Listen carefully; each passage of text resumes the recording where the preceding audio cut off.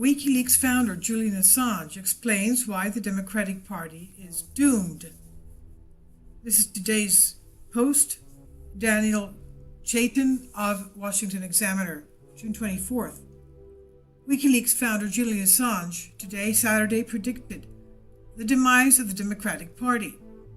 In a post online shared by his Twitter account, Assange argued that the party has been consumed by, quote, hysteria about Russia, and, quote, something he called a political dead end. It is upon this narrative that the party's elite attempts to take a hold on power, he said. This is what he added, quote, without the "we didn't lose, Russia won" narrative, the party's elite and those who exist under its patronage would be purged for being electorally incompetent and ideologically passé. This is what Assange reported. Assange's group, WikiLeaks, is responsible for the publication of stolen documents from the Democratic National Committee and Hillary Clinton's campaign during the 2016 campaign, which has been attributed to hurting Clinton's chances. In other words, if it wasn't for these hacks or leaks, Hillary would have been president today. That's what she states.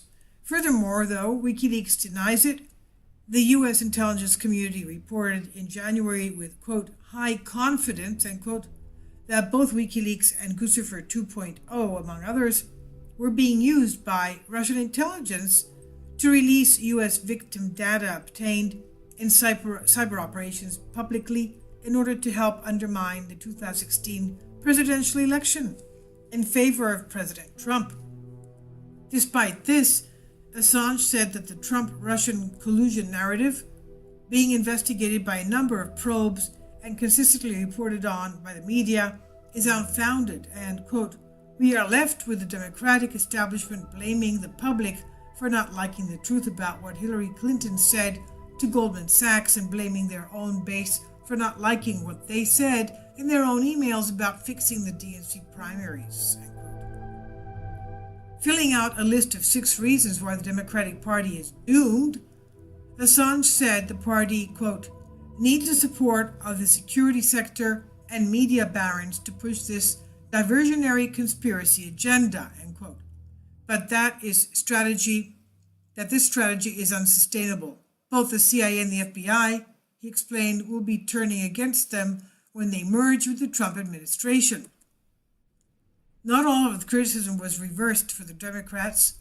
For instance, Assange said Trump is embracing robber barons, dictators, and gravitas-free buffoons like the CIA's Mike Pompeo.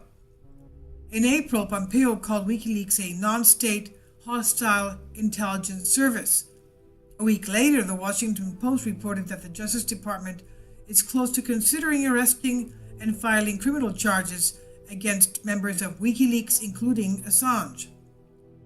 Still, the bulk of Assange's post focused on the Democrats. Quote, GOP Trump has opened goals everywhere, broken promises, inequality, economy, health care, militarization, Goldman Sachs, Saudi Arabia, and cronyism.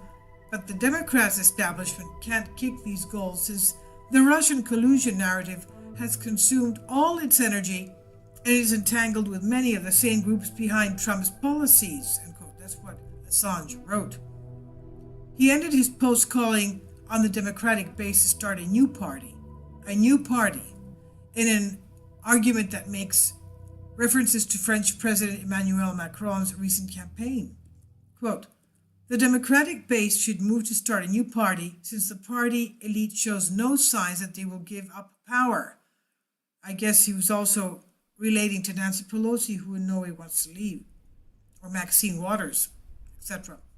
Assange wrote, this can be done quickly and cheaply as a result of the internet and databases of people, political preferences. This reality is proven in practice with the rapid construction of the Macron, Sanders, and Trump campaigns from nothing.